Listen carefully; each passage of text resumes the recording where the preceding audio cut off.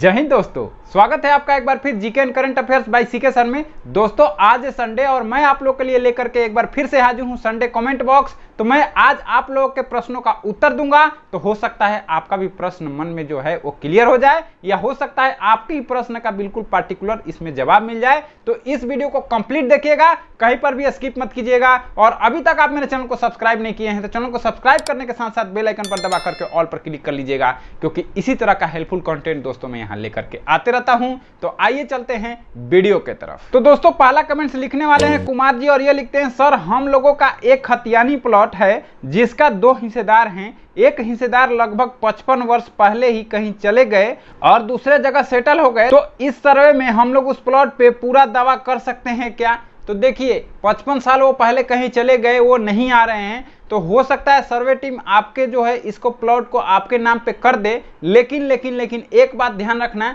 कि जब भी जो है किसी व्यक्ति का जो हिस्सेदार है उसका जो है आता पता नहीं चलता है, तो इस स्थिति में जो है वह जो है उस पार्टी को नोटिस भेजता है, यानी सर्वे टीम जो है उस पार्टी को, इस पार्टिकुलर व्यक्ति को नोटिस भेजेगा। और उस नोटिस का जवाब अगर नहीं आएगा तो इधर उधर से भी पता लगा करके जब लास्ट में नहीं आएगा तो हो सकता है कि आपके नाम पे कर दे। लेकिन एक बात याद रखना दोस्त कि जब भी वह जो है व्यक्ति आ जाता है या फिर वह व्यक्ति का कोई भी वंशज आ जाता है तो वह जो है उस जमीन का हिस्सेदार हो जाएगा और वह जो है सिविल कोर्ट जा करके अपने हिस्से का जो हिस्सा ले सकता है। अगला जो कमेंट है वो लिखने वाले हैं अभिषेक पांडे जी, और ये लिखते हैं पटना सिटी में गंगा किनारे की जमीन जो राजा के द्वारा दान में मिली हुई थी उसका आज तक किसी के नाम से रजिस्ट्री नहीं है, तो क्या ऐसी जमीन पर्सनल नाम पे रजिस्ट्री हो सकती है या नहीं, कृपया बताएं।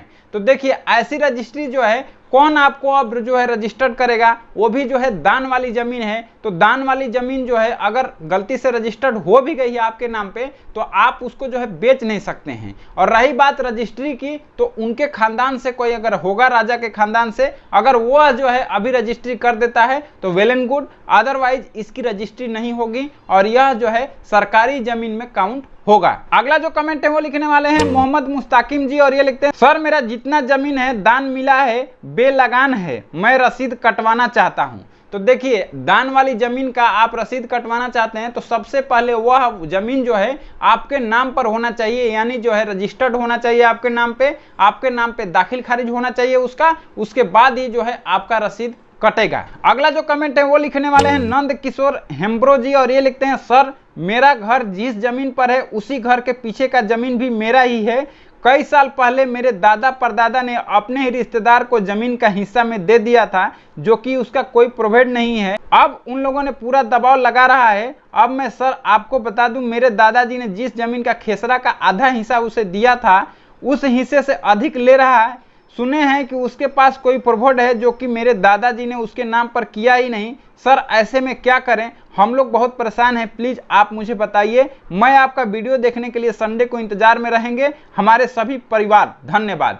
तो देखिए मैं आपको बता दूं कि अगर उनके पास कोई प्रोविड है और वो आपके रिश्तेदार भी हैं तो भैया आप उनको प्यार से बुला लीजिए और भी रिश्तेदारों को बुला लीजिए और मिल बैठ के जो है उनका प्रोविड देख लीजिए और उसका जो है सत्यापन कर लीजिए कि वह जो है सही है नहीं है। हो सकता है वो प्रोविड सही भी हो सकता है वो प्रोविड सही भी नहीं हो, तो उसका जो है सत्यापन करा लीजिए। और अगर सत्यापित नहीं होता है तो उनको प्यार से बता दीजिए कि देखिए यह जो है आपकी जमीन नहीं है तो आपको यह जमीन छोड़ना पड़ेगा। कुल मिला के जो है यह पंचनामा से यह बात क्लियर हो सकता है। अगर देखिए पंचनामा से भी यह बात क्लियर नहीं होता है तो आप जो है सिविल कोर्ट का भी सहारा ले सकते हैं और अंचलाधिकारी को भी एक आवेदन दे सकते हैं और यह आपके लिए फायदेमंद रहेगा। अगला जो कमेंट है वो लिखने वाले हैं कुमार जी, और ये लिखते हैं सर खतियान में दखल के कॉलम में जो रैयत का नाम था वो अभी वर्तमान में बदल गया है, तो यह वैध मानी जाएगी ना? और एक क्वेश्चन था कि जो रैयत का नाम दखल कॉलम में रहता है वही मालिक होते हैं क्या उस प्लॉट का, या सभी खतियानी रैयत?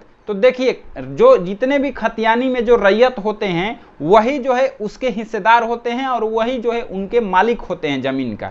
और दखल का मतलब यह हो गया कि मान लीजिए उस रैयत के जो है जितने भी हिस्सेदार हैं वो बाहर रह रहे हों या फिर जो है उस गांव में नहीं रह रहे हों, तो होता यह है कि दखल आपका है, आप उस पर खेती कर रहे हो, इसका मतलब यह नहीं है कि वह पूरी जमीन आपकी हो गई। वह जमीन जो है आपने दखल तो कर रखा है लेकिन उसमें जितने भी आदमी का नाम है है उस खतियान में, वह पूरे आदमी का वह जमीन है और मौका आने पे उसका प्रॉपर बंटवारा होगा अपने अपने हिस्से के मुताबिक। अगला जो कमेंट है वो लिखने वाले हैं अभिषेक कुमार वर्मा जी और ये लिखते हैं, सर आप इसके बारे बताइए जरा, मेरे पापा 3 भाई हैं बट एक भाई के पास कागज है बट वो दे नहीं रहे हैं, ऐसा है इसके पहले वो अपना सारा जमीन बेच चुके हैं और मेरा हिस्सा भी लेना चाहता है, प्लीज इसके बारे में बताएं, मुझे कहीं से सपोर्ट न मिल रहा है। तो देखिए होता यह है कि अगर भाई भाई में झगड़ा हो जाए और उनके पास खतियान है तो मैं समझ गया वो आपको खतियान भी नहीं दे रहे हैं और जो है आपको सपोर्ट भी नहीं कर रहे हैं, अपना हिस्सा भी बेच दिए हैं और आपका भी हिस्सा बेचने को तैयार हैं।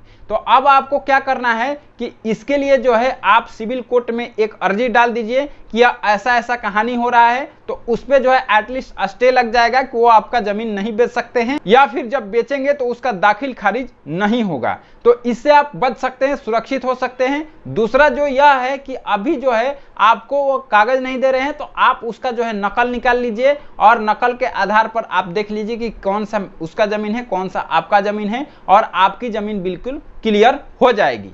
अगला जो कमेंट है वो लिखने वाले हैं प्रभुराज ठाकुर जी और ये लिखते हैं, सर सर्वे समापन होने के बाद सर्वे टीम ही खतियान जमाबंदी और नया खाता खोल देगी या सर्वे के बाद भी अंचल में कर्मचारी के चक्कर लगाना पड़ेंगे? तो देखिए ये आपका बहुत ही इंपॉर्टेंट क्वेश्चन है इसलिए मैंने पिक किया हुआ है। तो देखिए जो सर्वे में जो है इस सर्वे में पूरा आपका जो है मैप का निर्धारण से लेकर के खानापुरी से लेकर आपका लगान निर्धारण तक की प्रक्रिया जो है पूरा सर्वे टीम करेगा और पूरा वही करके देंगे। इसमें जो है कहीं भी आप अंचल में कर्मचारी या फिर अंचलाधिकारी का चक्कर लगाने की जरूरत नहीं है दोस्त। ये जो है सर्वे टीम जो है फेज वाइज करके आपको देंगे, या मैं और भी वीडियो में बता चुका हूं तो आप उस वीडियो में देख लीजिए जा करके कि इसका प्रक्रिया क्या है। लेकिन मैं आपको एक चीज क्लियर बता दूं कि पूरा टीम जो है सर्वे टीम ही करेगी, आपको कहीं कर्मचारी और सीओ साहब के पीछे नहीं भागना है। तो दोस्तों आज के यही प्रश्न थे जिसका मैंने रिप्लाई दिया। हो सकता है कि आपका भी प्रश्न का उत्तर मिल गया हो। तो आपको यह वीडियो कैसा लगा